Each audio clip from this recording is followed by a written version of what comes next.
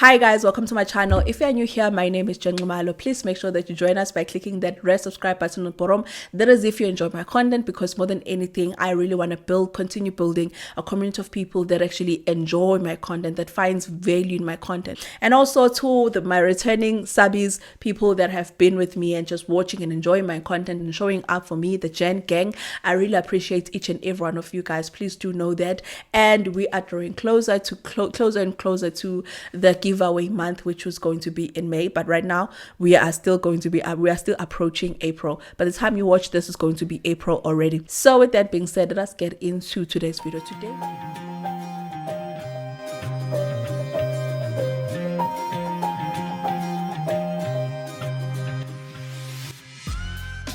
Today we're talking about healing our past money traumas.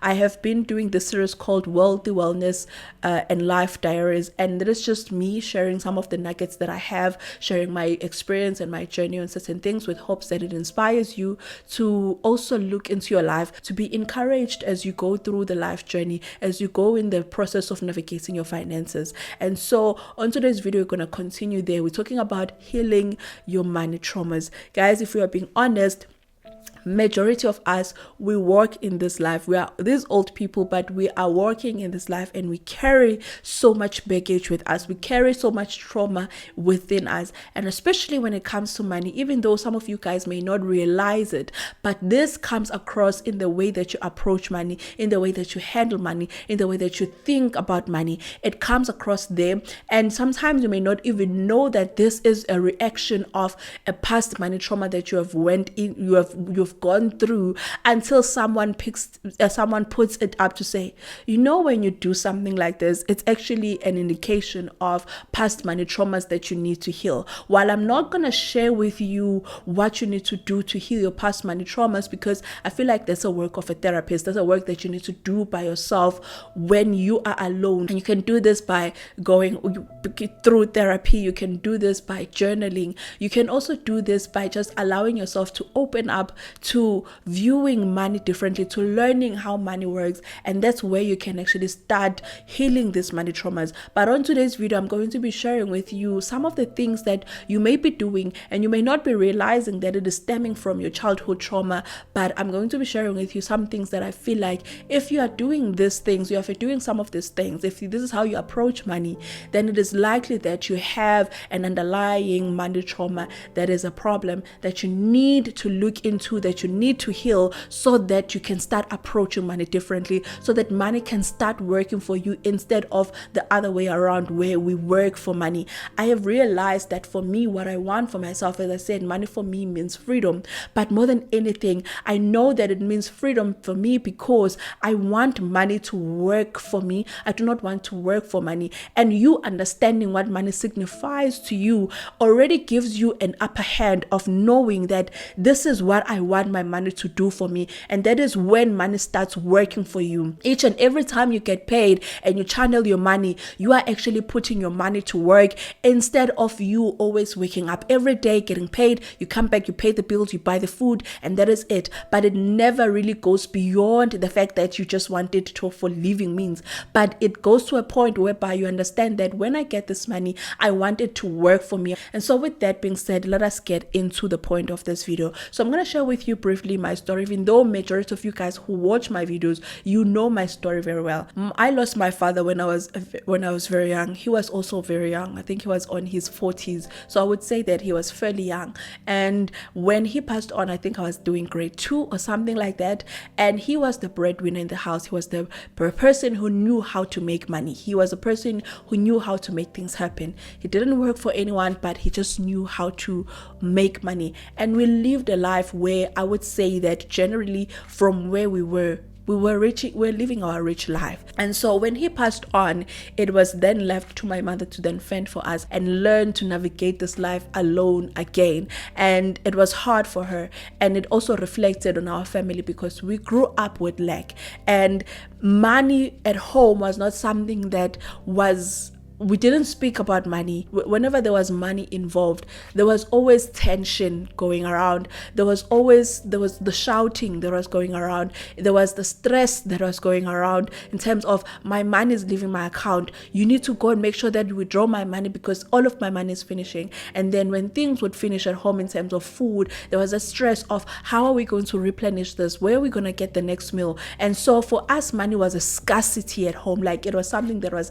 very scarce. And whenever we will get it, it will come in, it will go. It was never something that sticked around. It was never something that we were able to keep, because money for us was just an ends mean. It was just for us to be able to put the meal. It was for my mother to be able to put the food on our tables, to make sure that we've got shelter, to not even shelter because we already had a house. Our father was able to do that before he passed on, but maintaining that, being able to buy electricity, making sure that we are able to go to school and all the stuff. That is what money was for us. And even then, it was never enough. And that is why for me, I say growing up, money was scarce to us. There was something that was just never there. Even when it was there for a short period of time, and it was never enough. And so what then happened was the trauma that I got from there was this commodity, this thing that is so important, but for some reason it never sticks around for us. I also understood the importance of this thing because I knew that without it, we were living a life of lack, we were living a life of hunger. We would not know where our next meal will come from, because this thing was just, there was not enough of it at home. And so as I grew older, I realized that I had an issue with wanting to hoard money. I had an issue with wanting to keep money so much that even if it didn't fulfill a purpose, so long as it was there. I also had a problem with not understanding what money is supposed to do. What is the role of money? But just looking at money as just this means to an end so that I do not go hungry. But beyond that, what does it mean? And so whenever I would approach money, it was the thing of, I need money to fulfill this. I need money because there's this problem. And so I would go into banks, borrow money, do all of that stuff. Even when I would work, it was always that thing of pashing there and there. But money for me never signified anything beyond that, because it was stemming from the fact that I never grew up with a lot. I grew up with it being so scarce. We never felt like we had money.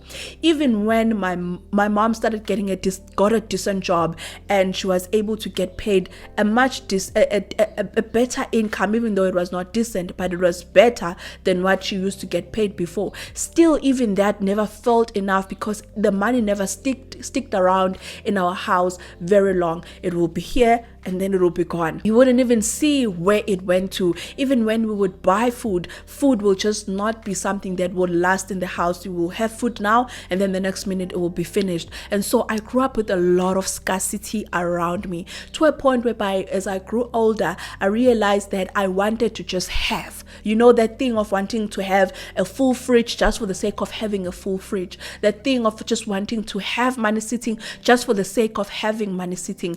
But when it comes to attaching purpose to the money, it was very hard for me to do that, until I realized that in order for me to win with money, I need to start thinking about money differently. I need to start approaching money differently. I also need to understand what this thing is, because as much as I know that it's very important, without it, you can go hungry. Without it, you can literally live a life of poverty. But then once you have it, how can I make sure that this thing works? How can I make sure that I keep it, but in a way that it serves me? And so I'm sharing this story with you because I know that there are many of us who grew up with many different stories when it comes to money, who grew up with different experiences when it comes to money, looking at the way that our parents understood money, looking at the way that our parents handled money, the things that they did with money, how they approached money, how they talked about money. like some of the things that we used to, that I was said a lot when I was growing up was ikusasa lizoyibona lona. Like right now, let us deal with what we are faced with right now in terms of getting our stomach filled. But what ikusasa, where we're gonna get the food tomorrow, where we're gonna get the money tomorrow, we will see that when it comes tomorrow. We will see that when it comes. As children, when we're hearing that, for me, I still had the constant worry because I know what hunger is like. And so when we say that tomorrow is zoyibona lona, then the question, or tomorrow will see itself, then the question that I will constantly have is, what if tomorrow there is nothing? How am I going? Well, how that means that I'm going to have to go hungry. And in some cases, there would be many instances whereby that tomorrow will come and there will be no food, there will be no meal. I will be hungry the whole day, And so for me, those words being said about money, it really stamped something within me, that lack mentality, that mentality of that it's not enough. There's not enough of this to go around. And so wanting everything, wanting to do everything, wanting to do all of these things so that you can just have enough. But even when you have enough, you still don't know how to properly allocate it. And so it leaves your account. And so for me, that was reflected on my finances when I started working, where the money would come in my account, but it would quickly leave my account and I wouldn't even understand where it was going, even though I knew what I got myself into, which was debt, because there was also another part of me not understanding how money works. So my money would just come, leave my account. I would pay for food, pay for this, it will pay for the debts that I had, and then I will be left with none. And then I continued. I found myself in the same cycle that I was in young. It's just that now I was not living in poverty, but I was now living a life of lack, because the poverty experience, the words that were spoken, left something within me of feeling like I never have enough, feeling like there's never enough money. And so that was shown in the way that I handled money when I started working like full time now, when I was officially an employee with a PESEL number. Now my finances were reflecting the childhood trauma. And so I want to share with you guys some of the things that I just want you to think about as you are older now and you're working now, in terms of if you are addressing money this way, if you are talking to money this way, if you are handling money this way, you are likely that there is some childhood trauma that you need to work on. And it starts with understanding where it comes from. And for many of us, it comes from childhood. So the first thing when it comes to what money trauma can look like is feeling like you never have enough. You may be working right now and constantly you running out of money, even when you do not running out of even when you don't run out of money quickly enough, but you find that even when you get paid, you feel like it is not enough. Whatever it is the income that you're getting, you feel that it is not enough. This may be stemming from the fact that you have a lot of responsibilities, or you may find that you have put yourself into a lot of things that require you to have more money, but the money cannot stretch further enough. And so you may find that is stemming from an experience from childhood of growing up never having enough, the scarcity mindset, the whole thing of we are living for today and tomorrow will see itself. And so you find that as you are an adult now, you find that you are constantly never having enough. You wake up every day, you go to work, but you never have enough. You get paid, you put your money to work, it does all of these things, but there's always that gap that is left whereby you feel like you could be having more, you should be having more, but it is never enough. Now, if you do not heal this money trauma, what will happen is even when you get more money, even when you progress in your career, even when you get a better paying job, that money will still not be enough. So you may find that even when for you grow in your career, you get more income, but then you find yourself getting into more debt. You find yourself committing yourself into things that now take this money. Immediately when you get the promotion, now you want a bigger house, you want a bigger car, but you don't even understand, why do I want a bigger car? Why do I want a bigger house? Can I truly afford this? What are other things that I can deal with that can allow me to bring in more money in my life, whereby I'm able to keep more money in my life? But instead you choose to just spend because you've never healed your money relationship. You've never healed your past traumas. And so I really just want to encourage you that if you find yourself that you're constantly never having enough, find that problem, where is it stemming from? And then once you've understood where is it stemming from, what can be the solution? The solution is finding a way to minimize your living expenses now so that your money can stretch even further. Now, this will allow you that even when you get a promotion, your resources can stretch even further. You will feel like you have enough because you are able to deal with your immediate needs and still be able to keep a majority of your money as possible. So for me, as a person that grew up in scarcity, that felt like money was never enough, and then finding myself repeating the same cycle, what I then did was learning where the problem was stemming from, then healing my relationship with money. It then allowed me to understand what money is supposed to do in my life, which is to facilitate the life that I want. And then how can I do that? How can I best do that? I need to make sure that the money that I get paid, I need to put it to work in a way that I deal with the things that are problematic in my finances, such as debt, to a point where by now, when I look at my finances, I don't feel like I do not have enough. I'm able to take care of my needs. I'm able to live the life that I want. It is facilitating the life that I want without feeling like I need more and more and more. Yes, I may get more money, I may get a promotion, but my promotions now are not driven by I need more money. They're just driven by I just want growth. And so think about that. You may find that if constantly feeling like you're never enough, it is stemming from a childhood trauma. The second thing that may be that is an indication that you have childhood trauma is mindless spending. And also this may be coming from the thing of I am living for today, tomorrow will see itself. The thing that people have of YOLO, we live for today and tomorrow will see itself, that can be leading to mindless spending as well. That I don't care about tomorrow.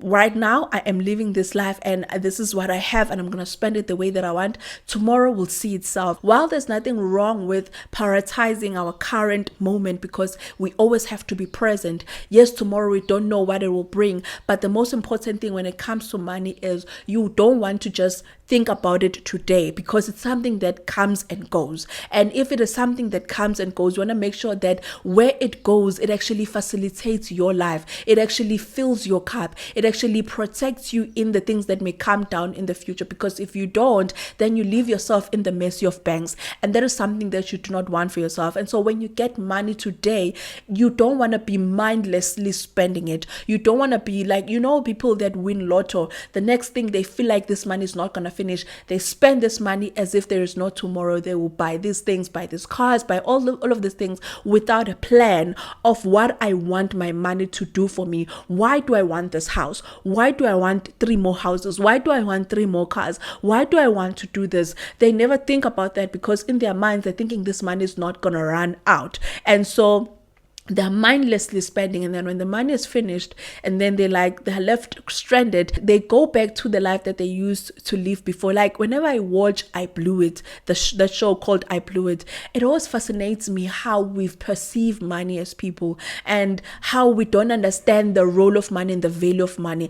And we see that with the way people are spending their money. And so if you find yourself mindlessly spending and living for today and not worrying about tomorrow, and you don't have to worry about tomorrow, but make plans for tomorrow, planning for tomorrow, putting money for retirement, putting money for emergency fund is not you worrying about tomorrow. It is you protecting your future self so that you are not at the mercy of the banks. And so if you find yourself that you are constantly mindlessly spending, it may be stemming from childhood trauma that it's getting dark, that you may need to heal, that you may need to fix and heal so that you can start looking at money differently, so that you can start putting money to work in a way that it makes sense, in a way that it facilitates your life, but more than anything, it protects your future self. If you are a person that mindlessly spends, it is highly likely that you grow up with lack, and when the money was there, it was just splurged, it was just done, it was just spent in the house,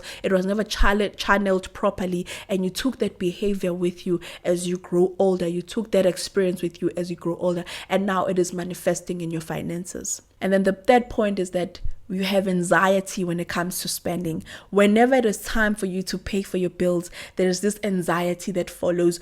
And also anxiety when you get paid. There are people, when they get their salaries, it doesn't feel good. It doesn't sit well with them. It gives them anxiety. And it gives them anxiety because now they're thinking, I now have to start paying for all these things. And so this is something that may be stemming from your childhood, that there's something that happened in your childhood when it comes to the way that money was handled in your house, or the way that money was talked about, or whenever it was time to pay for bills, whenever it's time to pay for things, people would run away from that responsibility, or there would be negative things that will be said whenever they had to pay for those things, such that now it is reflecting in your life. So you find that you have so much anxiety when you have to pay for things. And you might find that because you grew up with lack, and now that you have, you just want to keep this money. And so the thought of letting this money go gives you anxiety. The idea of that, the fact that you are getting paid and now you have to pay for these things, it gives you anxiety. There was a point in my life when I used to not enjoy getting paid. I used to not like the idea of getting paid.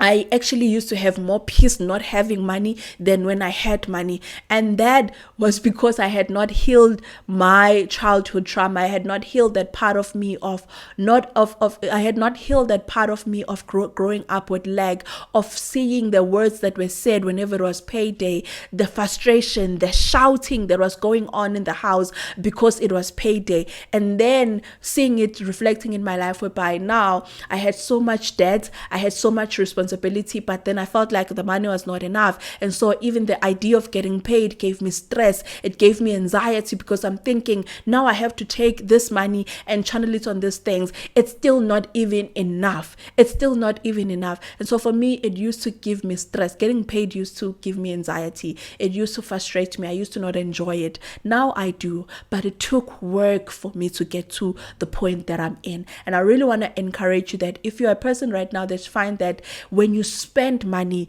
you are frustrated, you have anxiety, heal that part of you. There's something that someone said, I've forgotten the name. I'm going to put the name of one of you guys who commented this.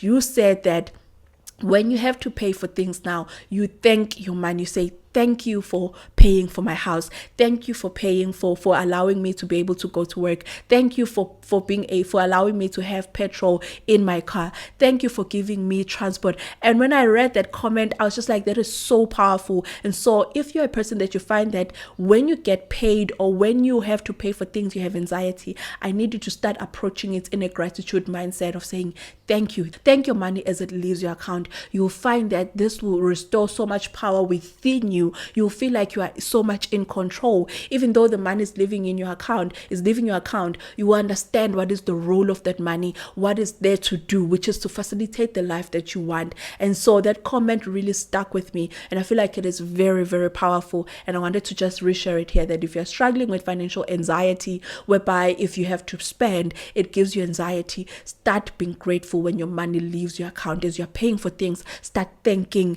your money. Another way that money trauma can reflect in your life is hoarding money. You know, the thing of just wanting to keep money for the sake of keeping money, but never putting money to work. If you find yourself that you just want to keep money for the sake of keeping money, you're not comfortable with investing, you're not comfortable with putting your money to work, and it doesn't have to be risky investments. It can be in investments that are safe, like the money markets. It's the most safest way of investing.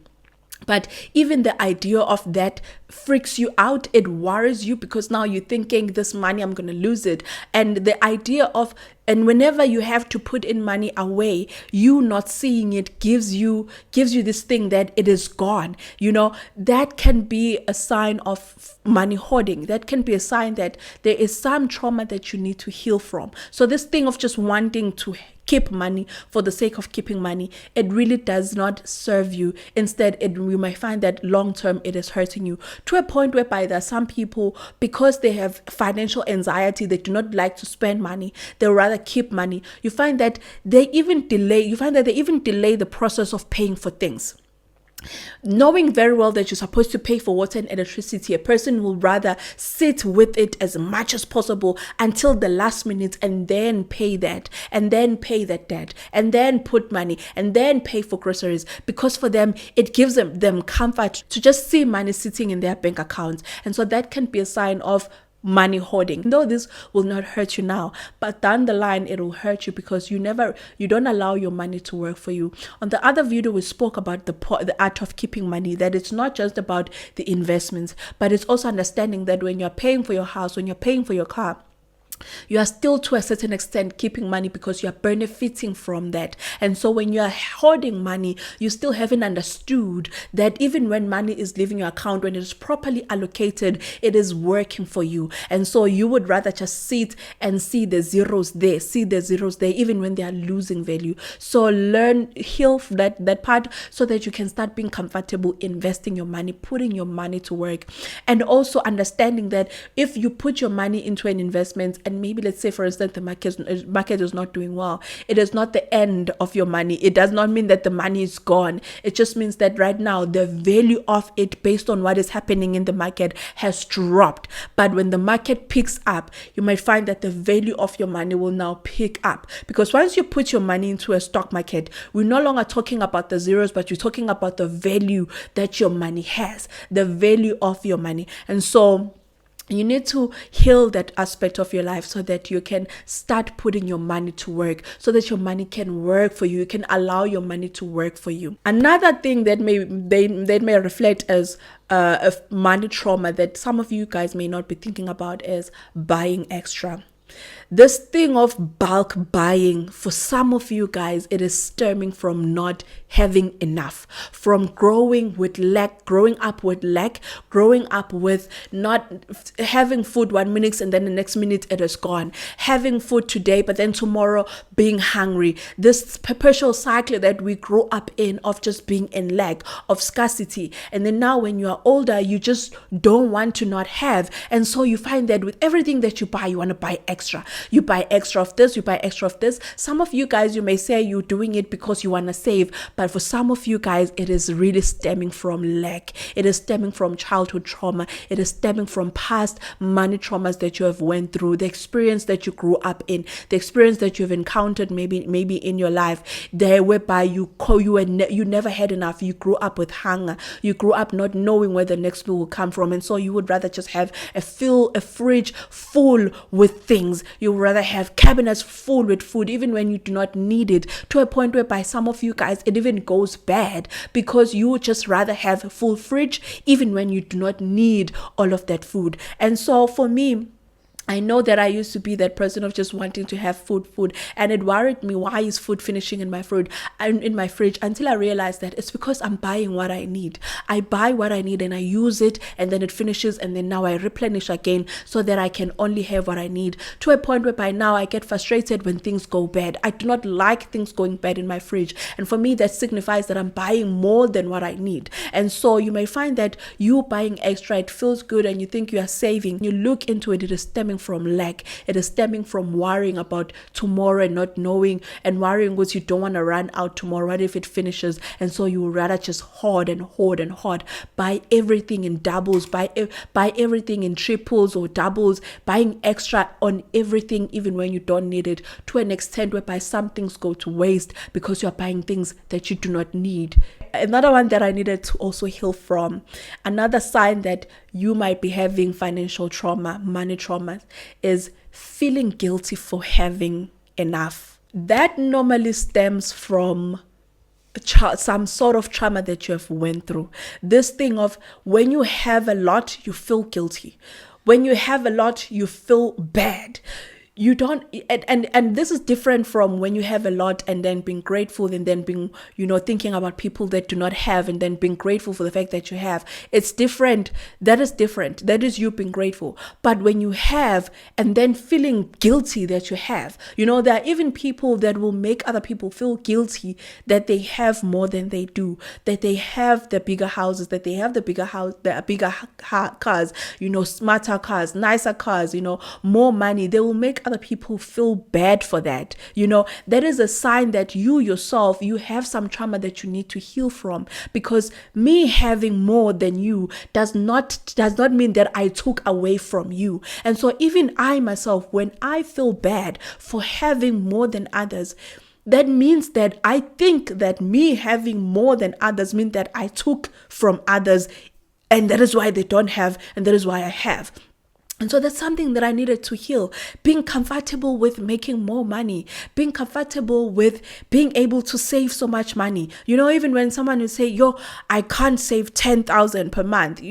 For some people that may be small, for some people that may be big, but for some people that may look that as big. And then now they then make comments such as that, like, don't you even have responsibilities? For me, shows me that you feel like other people having more, other people being able to do more with what they have means that they took something from you, or they're taking something from someone else, and that someone else is left crying somewhere.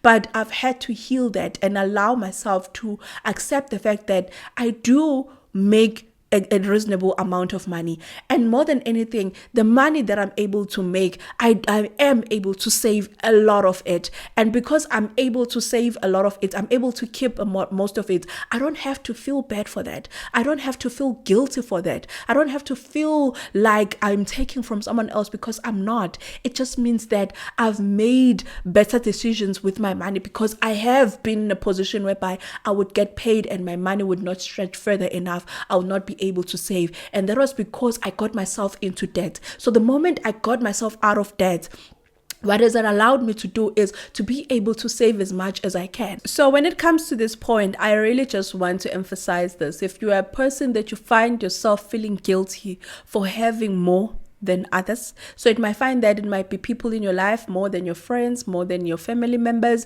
You might find that you are the one that is kind of well off and you feel guilty for that. That is something that you need to heal, because what it's going to do is it's going to block it's going to block you from receiving more, from being open to receive more, because you're going to constantly feel like you do not deserve more, you do not need more, you do not, even if you may not need more, but for the fact that you are being blessed with more, you are not going to feel like receiving that, because you think you do not deserve it. You think that you are not good enough for it. So it can even affect you in the way that you show up at work, in the way that you show up for yourself. I really just want to encourage you that just heal that part of you. I've had to heal that part of me of not feeling bad for the fact that I have more than others people. And when I say more than others, I'm talking about my immediate circle. I've had to learn to say I don't have to feel bad because I have more than some of my family members or some of my siblings. I don't have to feel bad that I have a job while others do not have a job. I don't have to feel bad for that. Instead, I need to feel grateful for that. I need to appreciate that. I need to be grateful for the fact that I have a job. I have to be grateful for the fact that I get paid this much. I have to be grateful that I'm able to save this much. And for me, this then allows me to be open to receiving. It also allows me to approach money with positivity instead of negativity. It also allows me to say that I understand that I am privileged enough to be where I am right now. I understand that there are people who do not have. And I believe that if the more that I can have, the more that I can show up for the people that do not have in my life. And then the last part when it comes to this is the fear of making more money. I know that some of you guys who are watching my video right now and you have the fear of making more money. The idea of making more money freaks you out. The idea of being wealthy freaks you out. The idea of being rich freaks you out to a point whereby you don't even want to comprehend it in your mind. It's something that you don't even want to desire for. It feels like it's like there's something wrong that you are desiring if you are desiring to be wealthy, if you are desiring to be rich. And that stems from, for many of us, it stems from this thing that we grew up with, yoguti, the things that people used to say about rich people, that rich people are evil, that rich goes with evil, that if you see a rich person, evil, there is there together. And even the movies that we watch, they perpetuate that idea that rich people are evil. There's always that rich person who is stemming and who is taking from the poor, who is misusing, who is ill-treating the poor, who is stealing from the poor. It is the movies portray that a lot. To a point whereby even in our societies, those are the phrases that are used. And so now you find that you are not comfortable wanting that for yourself. You do not want that for yourself because you are worried that you are going to come across as evil. You're going to come across as if you are taking from the poor, you're taking from other people. And so you rather not desire that for yourself. And so that is why you find people just saying, I just want to have enough. I just want to make enough. I don't want to be rich. I don't want to be wealthy. I just want to have enough. While there is nothing wrong with that, it's very noble of you, by the way. It is very noble of you to just say, I just want to have enough. I don't want that. I don't want that. It's very noble of you. However, if it is stemming from the traumas that you experience, it's stemming from the words that were spoken around you when you were younger, the fact that if you have more money, that means that you are rich, that we are evil. Rich people are evil. Rich people only care about themselves. Rich people are selfish. You may find that you are wanting just to have enough because you also don't want to be portrayed as a person that is evil. You don't want to be portrayed as a person who is selfish, who only thinks about themselves, who just want things to come to them. You don't want people to have that. And so you would rather just say, I just want to have enough. Even when deep down inside, you know that you would desire to have more, but you don't want to allow yourself to have more, to make more, to earn more, because you're thinking to yourself, I do not want to come across as evil. I do not want people to say that I'm evil. I do not want people to say I'm self-centered. And these are things that are normal in our societies. When people have more money, there's this thing that you are self-centered. There's this thing that you are selfish. When you start drawing boundaries with your family, let me go by my mouth. When you start drawing boundaries with your family, and saying, I cannot do that, then you are looked at as if you are selfish and like, why you don't want to help? You have money most. You have enough money most. You have more than enough. Why don't you want to help us, Banbani? Why don't you want to take this child to school? That can also perpetuate that idea that you are self-centered. Now that you have, you are self-centered. You only care about yourself, even when you are helping. But for the fact that you are not helping them the way that they want you to help them, then you will still be perceived as a person who's self-centered, person who's selfish, who only thinks about themselves. And so I really want you to heal that. Because there is nothing wrong with being wealthy. There is nothing wrong with being rich. That is how societies are built, and that is how we help others. When you do not have, how are you able to help others? Like, I think even now when I look at my business, I cannot wait until I'm able to make a certain amount of money so that I can be able to employ someone. Because for me, I feel like that is something that I would love to have. But that calls for me to have more money. It calls for me to receive more money. So I have to be comfortable receiving more money. I have to be comfortable making more money, because I know that with me making more money, I can then open doors for others. I can then help others. I can then allow others to also receive. But from an empty cup, how can they receive? From me just barely having, for me just having enough, it means that I cannot give. If you just have enough for you, you cannot give. And so you want to have more than enough. You want your basket to be full, flowing, shaken down, pressed down, overflowing. You want it to be like that so that you are able to give, and give from a willing heart, from a happy heart, knowing where you took from, there is more than enough. And that is where you can start making an impact out in this world. That is where you can start making change in this world. But when you just have enough, when you just have enough, it means that you have enough for you. You can't really make as much impact as you may want. You cannot change people's life as you may want. You're always going to hit a cap. You're always going to hit a glass ceiling. And so I really just want to encourage you to take time, reflect, journal, heal that part of yourself. Start looking at money differently. Understand, what does money mean to you? What does money mean to you? Maybe in the next video we'll talk about this and we'll go deeper on this. It's very important to understand what money means to you, and this will help you to start healing those money traumas. And allow money to work for you instead of you working for money. Now, with that being said, I'll see you guys on the next one. I hope that you found value in this video. I hope that it is going to inspire you to actually heal parts of yourself that you didn't know that they needed healing. Please take care of yourself. I'll see you next time.